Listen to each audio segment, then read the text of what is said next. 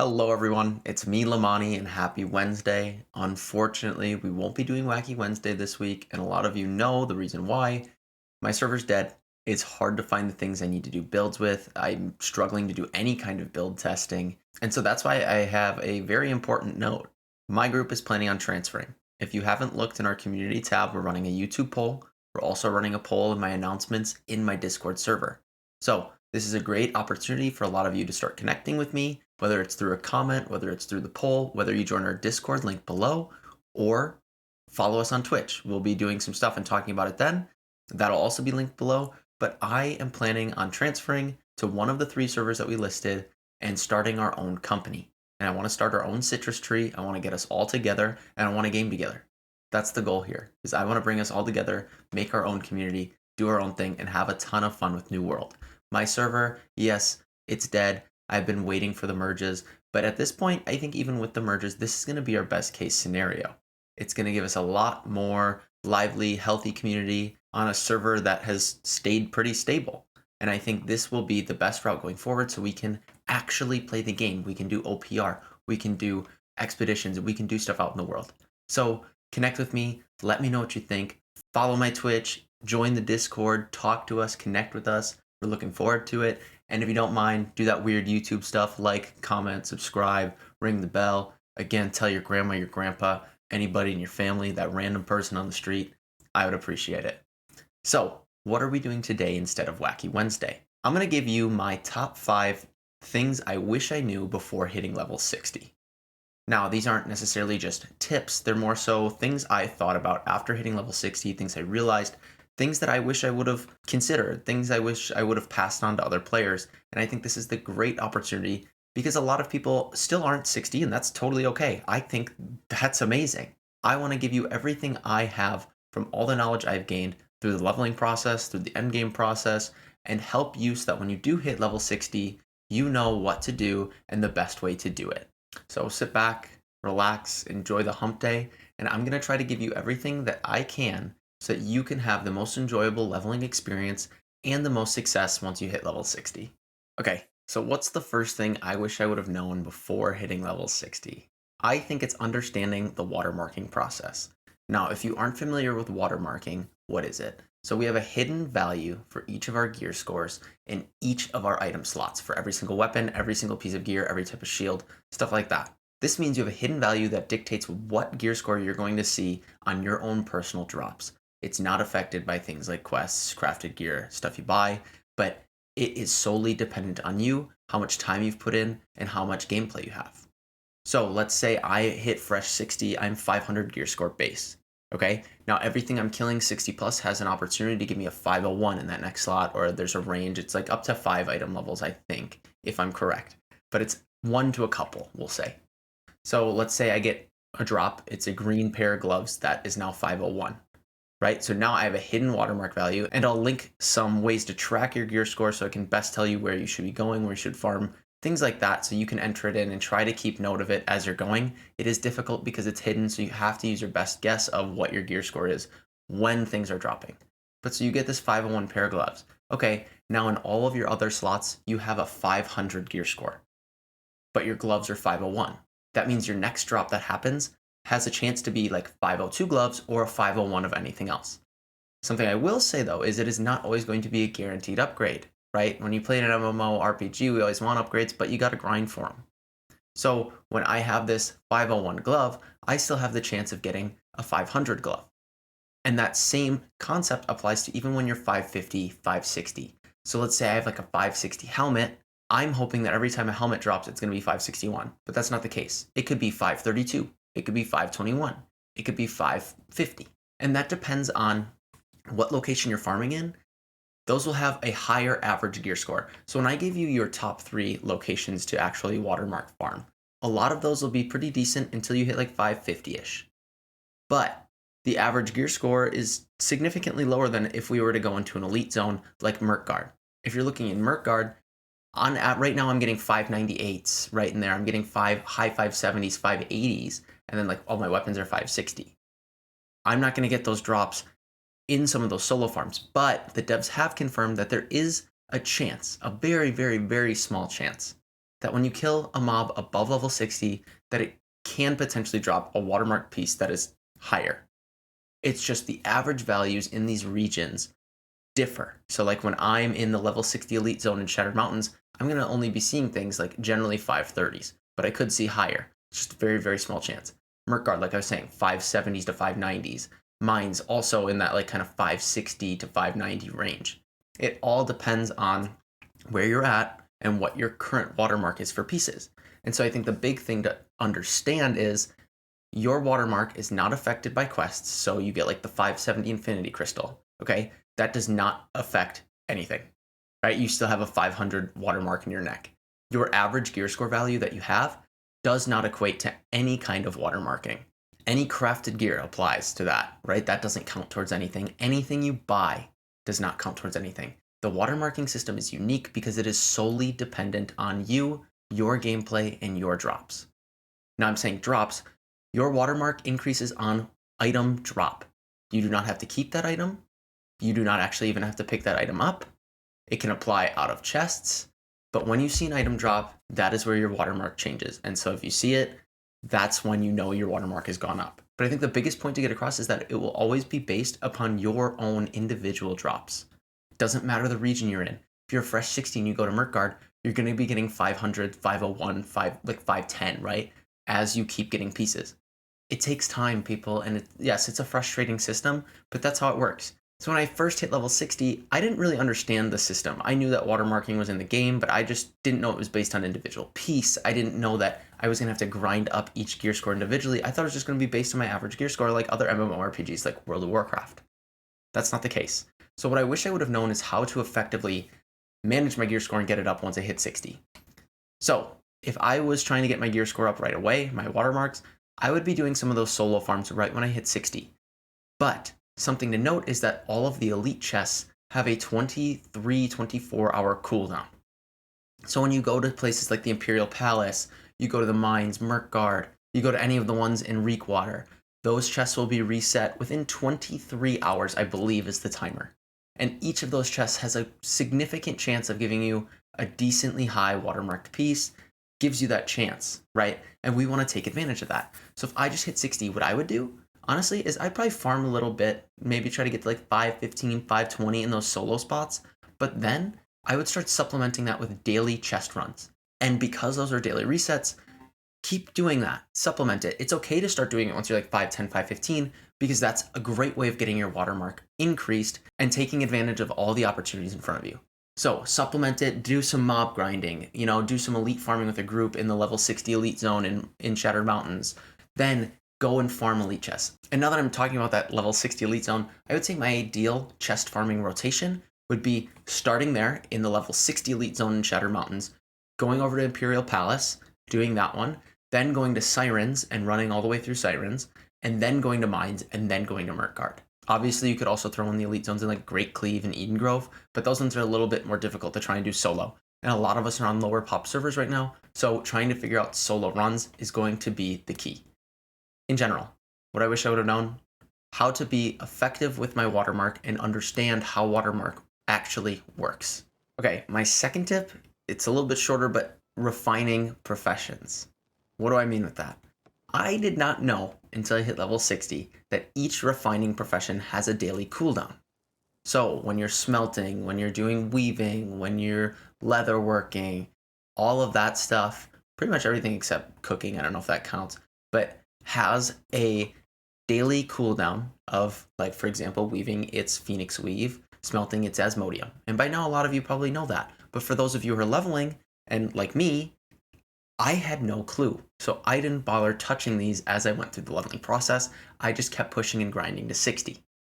What I will say is, mine everything that you see, pick up everything that you see, and take your time to really experience the harvesting process so that you can level up refining as you level.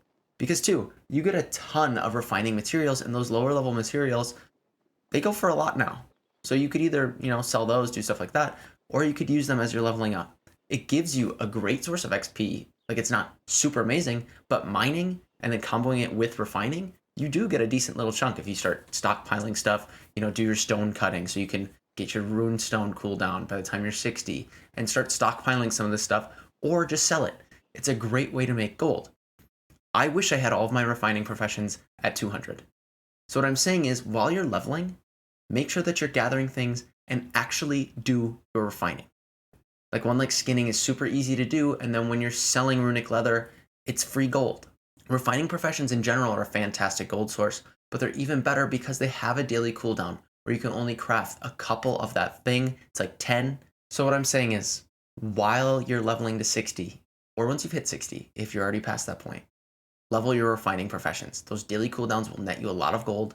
They are required to make the best gear, right? You have to throw in like Asmodium or Phoenix Weave to get the highest gear score rolls. You're going to want them to make extra gold. They're just going to be necessary, and the faster you can get them, the faster you can get more gold, and the better you can craft. So get all this stuff while you're leveling. When you see it, don't just pass something up because you want to hit 60. It is okay to take your time and do stuff like refining professions, because in the end game, it's going to be way more beneficial, and you're not going to be sitting here struggling, trying to figure out, okay, do I really want to run back and do all my refining professions? But to sum up that tip, don't be like me. Don't wait until you're 60 to know that there are daily cooldowns for the refining professions. Start making your gold now. Start working on it now. Okay, my next tip is don't fall into the MMORPG curse. If you're a long-time MMORPG player, or if this is your first one, you're going to have this weird urge to just keep everything because you think there's going to be a purpose for it, and then your storage chests, like mine, get extremely full. I was kind of sitting there thinking about it, talking to my brother. I was like, what have you been doing to make gold? I've been sitting at like 3K because I haven't bothered to sell anything on my server because it's been dead, so I just didn't think to. And I, just between today and yesterday, made 5K selling a bunch of random stuff. It was barely anything too. And what did I do? Well, this MMORPG curse is I'm keeping all of my crafting materials because one day I might need them. I'm keeping all my gems. I'm keeping everything. And I have a lot of people asking me, how do I make gold? How do I start off making gold? Honestly, sell everything. It doesn't matter if it's 1 gold or 50 cents or even 20 cents. That adds up over time. What I would suggest is, just running around the world, and even when you're level 60, you're not too good to pick up a piece of corn. That's something I fall into where I'm not picking up corn, I'm not picking up potatoes, I'm not picking up random food, and yet a lot of people will pay a lot of money for these random foods. Like you can sell onions and garlic for ridiculous prices on servers. My personal mantra is that if I'm not going to use it within the next 3 days, why am I keeping it? I have so many materials and so many things I have to go through because I've just been keeping them all because one day I think I might use it. But in reality, I've had the same stuff in my storage chests since like day 3. I'm sitting there just not touching it when I can be making money off of random arcana stuff, random food, random gems, random craft mods. Some of those craft mods that you have stockpiled that you may not have even looked because you get so many, some of them go for over 100 gold. Make sure you're actually selling these things that you are not going to immediately need. Don't just hold this artificial value to it because you think it's going to be important. If you're not going to use it, you're not going to use it, and make some money off of it instead. And you will find that you will start having a ton more money than usual when you start collecting everything because you're not too good to pick it up. When you start selling everything, you could even just do it after every day. Everything will sell, especially if you're on a higher pop server. You're not too good for 10 cents. You're not too good for 20. It adds up, and it is a great way, especially just hitting level 60 or leveling up, to make a ton of extra gold. So then you can buy houses, you can buy gear, you can buy crafting stuff yourself in the future once you're ready to go at level 60. All right, my next thing is community. I wish leveling up that I knew how important having a community or a solid company was in New World. Sure, for me, I was part of a giant mega company, and it was great. I always had people like having my back, but I didn't really interact with them. I didn't really actually have a company, even though I was in one of the biggest ones in the server. I wish before I hit 60 that I knew how important having a community was. When you get to endgame and you only have a small group of friends, it's a whole different game than if you had a whole company, a community that you were comfortable with, growing together, doing things together. It's just completely different. It gives you more purpose. I will say it is very, very difficult to play New World as a single player, but even with a small group of friends, right? When you're trying to make expedition keys, you're trying to make gear, you're trying to do all kinds of stuff, there's only a few of you. And so like, what if that one friend doesn't have their furnishing up, or nobody in that group has their armoring up? Or just in general, what if you're struggling to craft expedition keys? right? Playing in that smaller group gives you a lot less purpose. It's more difficult to do things. And honestly, it's less enjoyable. In a company, you're trying to push influence so that you can potentially wage a war. You're trying to own areas. You're trying to do town boards to push certain projects. You're trying to work cohesively to complete higher goals and just get more enjoyment out of the game. I think New World is not a game you can really play in a smaller group. Sure, you can do it. Is it as fun? I don't think so. And even playing solo, to have fun. It's tough. You need to be in a community, in a company, and this is mainly on my part. I had all of the options to actually try and be a part of a community. I just didn't. I didn't think it was that important. But with New World, this is a completely different monster. And so I think that's another reason why I'm just looking to transfer is I want that fresh start so that we can all build our community together, our company, and be involved and enjoy the game more. Think of all the other open opportunities you have, not only having a higher population server, but having your own company, community, group to do things with. So before I hit 60, I just wish I had found a really solid community. And by that, I mean being actively involved. Chatting with people, sitting in voice with them, doing things together, questing together, having fun PvPing together. Getting your company to a spot where you could wage war and try to own a territory, having those goals, making goals together, or having people to craft things for you, having people to craft things for.